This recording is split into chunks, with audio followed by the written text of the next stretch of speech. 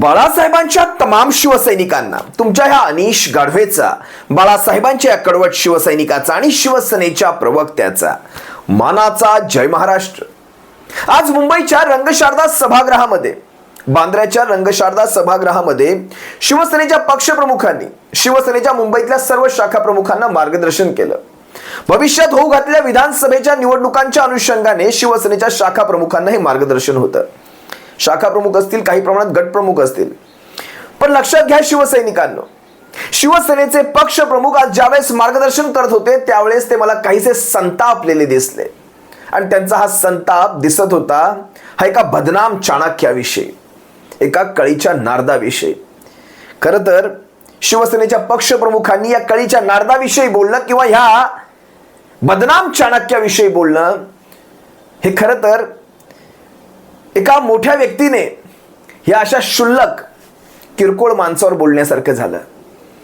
या अशा थिरलर लोकांना, क्षुल्लक लोकांना, चिरकुट लोकांना मी म्हणेन, चिरकुट, तुम्हाला हा शब्द किती माहिती मला माहित नाही, पण अशा चिरकुट लोकांवर खरंच शिवसेनेच्या पक्षप्रमुखांनी बोलून आपला वेळच वायाला घालू नये। ही चिरकुट माणसं आहेत, ही चिरकुट आहेत, पण त्यांचा राग आपण समजू शकतो, त्यांचा संताप आपण समजू शकतो, कारण महाराष्ट्रामध्ये घडवलेलं हे घाणेरडं राजकारण आणि याचा उदय ज्याने केलेला आहे तो हाच चिरकुट। शिवसेनेच्या पक्षप्रमुखांनी श्रीमान उद्धव बाळासाहेब ठाकरेंनी अनेक शब्द दिलेले आहेत त्याला, यांच्या अलंकारामध्ये तो फडतूस, तुम्ही सर्वांनी हे शब्द ऐकलेत ना। या माणसाला हे सगळं शोभून दिसतं, कलंक, महाराष्ट्राला लागलेला कलंक। आणि होय, खरं तर त्या चाणक्यांचं नाव खरं तर बदनाम होऊ नये, पण हा बदनाम चाणक्य, कळीचा नारद, या माणसाने स्वतःच्या राजकारणापायी स्वतःचं केलेलं स्टेटमेंट खरं करून दाखवण्यासाठी मी पुन्हा येईन, पण उप म्हणून येईन हे याला देखील माहित नव्हतं।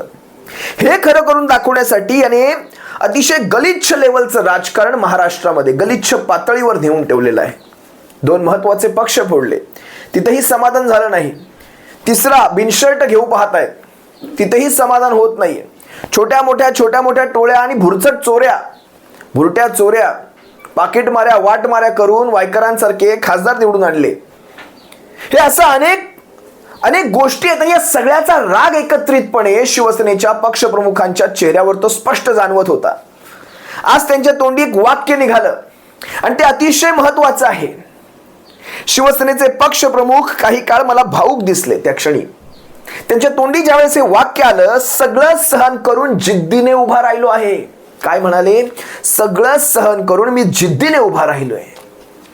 या भुरट्या चोऱ्या, या वाटमाऱ्या, ह्या पाकिट माऱ्या, या तुम्हाला लकलाभ, पण हे सगळं सहन करून मी आज जिद्दीने उभा आहे। माझा पक्ष मी आज जिद्दीने उभा केलेला आहे, नव्या चिन्हासकट। आज त्या चिन्हाच्या बाबतीत खरं तर त्यांनी स्वतःच एक उल्लेख केला की शिवसेनेचं मशाल हे चिन्ह, शिवसैनिकांनो, शिवसेनेचं मशाल हे चिन्ह तुम्हाला गावागावापर्यंत, खेड्यापाड्यापर्यंत, वस्त्यांपर्यंत, जत्त्यापर्यंत तुम्हाला पोहोचवणं गरजेचं आहे। कारण मशाल ह्या चिन्हाच्या संदर्भात अनेक संभ्रम तयार झाले होते। नेमकं शिवसेनेचं चिन्ह कोणतं आहे? अनेक गावागावांमध्ये, खेड्यापाड्यांपर्यंत, अगदी तळागाळातल्या लोकांपर्यंत हे चिन्ह पोहोचलं नव्हतं शिवसैनिकांनो। शहरांमध्ये वातावरण वेगळं असतं, शहरांमध्ये लोकसंख्येचा तो एक, शिकलेल्या लोकसंख्येचा एक तर वेगळा असतो, त्यांच्याकडे सोशल मीडियाची माध्यमं असतात, पण तसं खेडोपाड्यांमध्ये होत नसतं। हे तुम्हाला चांगलंच माहिती असेल। तुम्ही मुंबई, ठाणे, संभाजीनगर, नाशिक किंवा कोकणपट्टा सोडून जर तुम्ही उर्वरित महाराष्ट्राकडे निघाल, शहरी भाग सोडला, सेमी अर्बन भाग सोडला, तर तुम्हाला हे मी जे काही सांगतोय ते तुम्हाला पटेल। आज त्यांनी सांगितलं हे शिवसेनेचं चिन्ह आपण इलेक्शन कमिशन ऑफ इंडियाला आपण आपल्या पद्धतीने एक चिन्ह देणार आहोत। कारण ज्या प्रकारे मशीनवर शिवसेनेचं चिन्ह माचीसच्या काडीसारखं होतं, माचीसची काडी पेटवल्यानंतर कसं वाटतं तसं चिन्ह मशालीचं ठेवलं गेलं होतं, आपण ते आता चिन्ह देऊच। शिवसेनेच्या चिन्हाच्या बाबतीत काय जो दगाफटका झालाय तो तुम्हाला सर्वांना माहिती आहे।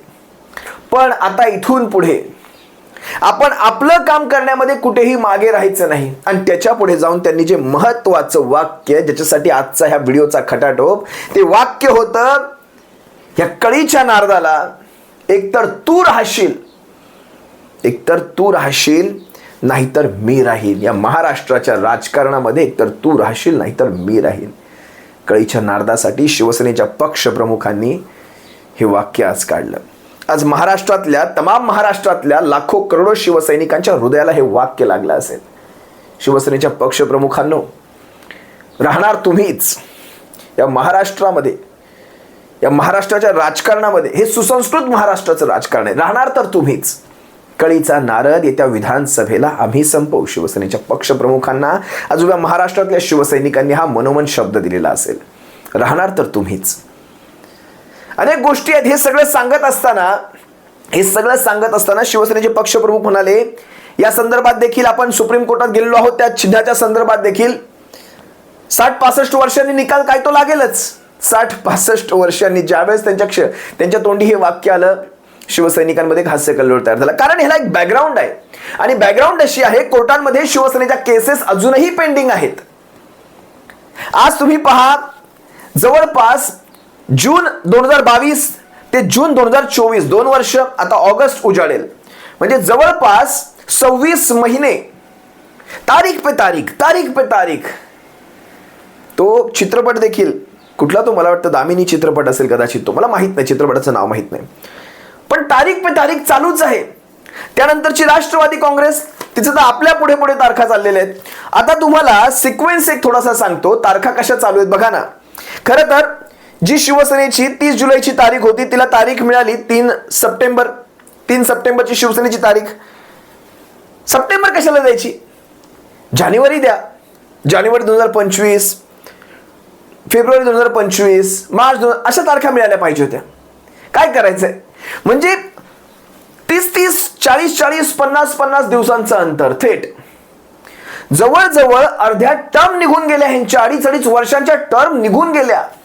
जर न्यायाच्या वेळेत होत नसेल, त्याला उपयोग तो काय राहिला? तुम्हाला तारखांचा सिक्वेन्स सांगतो. आता ज्या काही बदललेल्या तारखा आहेत त्या तुम्हाला क्रमवार सांगतो मी. सर्वप्रथम पहा, 6 ऑगस्ट रोजी मुंबई हायकोर्टामध्ये शिंदे टोळीची याचिका लिस्टिंगला आहे मुंबई हायकोर्टामध्ये, कारण त्यांनी तातडीची सुनावणी व्हावी म्हणून हे हायकोर्टात गेले. तुम्हा सर्वांना माहिती असेल, आपल्या शिवसेनेतर्फे जी याचिका आहे ती सुप्रीम कोर्टात आपल्यातर्फे आहे, आणि शिंदे टोळीतर्फे ही उच्च न्यायालयामध्ये आहे, आणि उच्च न्यायालयामध्ये भरत गोगावले आहेत शिंदे टोळीतर्फे.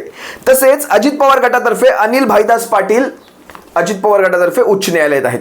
म्हणजे दोनही टोळ्यांच्या याचिका या उच्च न्यायालयामध्ये, आणि दोनही मूळ पक्षांच्या याचिका या सर्वोच्च न्यायालयामध्ये. इथेच निकाल स्पष्ट कळतो की कुणाला घाई आहे निकालाची. उच्च न्यायालयात जाऊन केस कशा प्रकारे लांबवता येईल हे सर्वस्वी पाहणारे हे दोघेही टोळ्या या उच्च न्यायालयात बसले आहेत. 6 ऑगस्टला ह्यांची तारीख आहे, गोगावलेंची. त्यानंतर 6 ऑगस्टलाच सुप्रीम कोर्टामध्ये राष्ट्रवादी पक्षाचं नावाची आणि चिन्हाची याचिका आहे. त्यानंतर 14 ऑगस्टला शिवसेनेच्या नावाची आणि चिन्हाची याचिका आहे. त्यानंतर 3 सप्टेंबरला सुप्रीम कोर्टामध्ये शिवसेनेच्या 16 गद्दारांच्या अपात्रतेची याचिका आहे. त्यानंतर 14 सप्टेंबर रोजी, आता ह्या नवीन तारखांप्रमाणे तुम्हाला सांगतोय, 14 सप्टेंबर रोजी एनसीपी राष्ट्रवादी काँग्रेस पक्षाच्या आमदारांच्या अपात्रतेची याचिका आहे. खरं तर एनसीपी आणि शिवसेनेच्या याचिका ह्या आसपास होत्या. एवढा मोठा गॅप का टाकलाय मला खरंच कळत नाही, कारण त्यांनी सांगितलं होतं, सुप्रीम कोर्टाच्या आपल्या DY चंद्रचूड साहेबांनी सांगितलं होतं की हे आसपासच चालेल, मागे पुढे. पण 3 सप्टेंबर ते 14 सप्टेंबरचा एवढा मोठा गॅप का दिलाय ते कळेलच ज्यावेळेस या तारखा पुढच्या ढकलल्या जातील. थेट माझ्या निवृत्तीनंतरच्या तारखा असतील, जे काही असेल ते कळेलच आपल्याला लवकरच. पण शिवसैनिकांनो, एक महत्वाची गोष्ट मी तुम्हा सर्वांसमोर ठेवतोय आज. तुम्हा सर्वांच्या लक्षात येऊन ती आलेली देखील असेल. या सर्वांमागे 2 कारण, ह्या तारखा जवळजवळच्या न पडण्या याच्या मागची मला 2 कारण दिसतात. हे प्रकरण कसं लांबलं जाईल, कशा प्रकारे महिना निघून जाईल, आणि हे सरकार आपला कार्यकाळ कंप्लीट करेल कुठलीही अपात्रता न होता. हा माझा पहिला तर्क. हा तुमच्याही मनातला आहे. मी काही आणि जे काही मी सांगतो हे तुमचे बोल बोलत असतो, तुमच्या हृदयातले बोल ही माझ्या तोंडून मी बोलत असतो, माध्यमावर बोलत असतो. आणि दुसरं कारण म्हणजे हे एक सायकोलॉजिकल कारण आहे. सायकोलॉजी, एक माणसाच्या मनाचा जर तुम्ही अभ्यास कराल ना, तर त्याच्यावर झालेला परिणाम हा 1 दिवस, 2 दिवस, 3 दिवस, 10 दिवस, 20 दिवस, जास्तीत जास्त महिन्यापर्यंत टिकतो. उदाहरणार्थ, आपल्या घरामध्ये एखादा मृत्यू झालेला असतो, फार जवळचे नातेवाईक, अगदी जवळचं, तर हा परिणाम जास्तीत जास्त एक 10-15 दिवसांपर्यंत टिकतो. अगदी घरातलंच एकदम एकदम जवळचं तर हा परिणाम जास्तीत जास्त महिना, दीड महिना, 2 महिन्यांपर्यंत टिकतो. 2 महिन्यांपर्यंत. मी उदाहरण अशासाठी देतो, ही सायकोलॉजी आहे. तुमच्या मानसशास्त्रानुसार तुमच्या माइंडचा अभ्यास कसा आहे पहा. किंवा ह्या अशा प्रकरणांमध्ये तुम्ही जास्तीत जास्त 1.5 ते 2 महिन्यांपर्यंत तुमच्या मनामध्ये ते सगळे विचार घोळत असतात. नंतर हळूहळू हळूहळू हळूहळू हे नैसर्गिक आहे, तुम्ही ते विचार बाजूला ठेवता.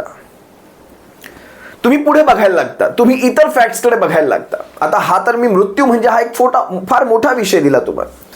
राहिला इतर विषय जे तुमच्या सेंटिमेंटशी जुळलेले असतात. कुणी कोणाचा समजा अपमान केला, तो अपमान किती दिवस लक्षात राहतो? 8 दिवस, 10 दिवस, 15 दिवस, 20 दिवस तो आहे तसा लक्षात राहतो. पण त्यानंतर त्याची थोडी धार कमी झालेली असते. त्या 15 दिवसात तुम्ही अपमान करणाऱ्याला कदापि माफ करू शकणार नाही, पण कदाचित महिन्याभरानंतर थोडेसे तुमचे सेंटिमेंट्स चेंज झालेले असतात. तुमच्या वागण्यामध्ये थोडासा बदल झालेला असतो. कदाचित तुम्ही बोलण्यासाठी तयार होऊ शकाल, कदाचित तुम्ही त्याच्याकडे पाहाल जे तुम्ही पाहतही नव्हतात. हा एक मानसशास्त्राचा अभ्यास आहे. अगदी तसंच या सगळ्या प्रकरणामध्ये आता हे जून 2022 मध्ये घडलं. समजा त्याच काळामध्ये, समजा जुलै 2022 मध्ये समजा लोकसभेच्या निवडणुका लागल्या असत्या. जुलै 2022 अख्खाच्या अख्खा सुपडा साफ झाला असता. 48 पैकी जवळपास 48 जागांवर शिवसेना उद्धव बाळासाहेब ठाकरे पक्षाचे खासदार निवडून आले असते. कारण तो इम्पॅक्ट असतो, ज्याला हे म्हणतात ना की आम्ही सहानुभूतीची लाट कमी करतोय, त्यासाठी हे ताण होतोय. हा सगळा प्रकार त्यासाठी तयार केला गेलेला आहे. म्हणजे ह्यांनी मोजून मापून बरोबर 2.5 ते 3 वर्षांचा कालावधी ठेवला, जेणेकरून आपल्याला एक मोठी वेळ मिळावी. ह्या मोठ्या वेळेमध्ये अनेक घडामोडी करता याव्या, जेणेकरून लोकांच्या नजरेत असलेली, लोकांच्या डोक्यात असलेली एक विशिष्ट सहानुभूती आपल्याला कमी करता यावी. पण इथे थोडक्या प्रमाणात ते चुकले. शिवसेना ही काही सहानुभूतीच्या लाटेवर स्वार झालेली नाही. सहानुभूतीच्या लाटेवर जर स्वार व्हायचं असतं तर शिवसेनेला हे 10 खासदार मिळाले नसते. सहानुभूतीच्या लाटेवर तुम्ही नगरसेवक निवडून आणू शकता, खासदार निवडून आणू शकत नाहीत, लक्षात घ्या. पण तरी देखील या सगळ्यामध्ये यानं त्या प्रकारे एक वेळ दौडायची आणि त्यातून स्वतःचा स्वार्थ साधून घ्यायचा. ही एक सायकोलॉजी कशी केली पहा. जितकी जास्त वेळ पुढे पुढे पुढे पुढे जाईल, लोक विसरत असतात. लोकांचं माइंड हे शॉर्ट टर्म असतं. आता साधा विचार घ्या ना, ललित पाटील प्रकरण, मला ते आठवतंय म्हणून मी बोलतो. ललित पाटील ड्रग्स प्रकरण काल परवाच झालं. काल परवा म्हणण्यापेक्षा म्हणजे माझा काल परवा म्हणजे अगदी आत्ता झालं.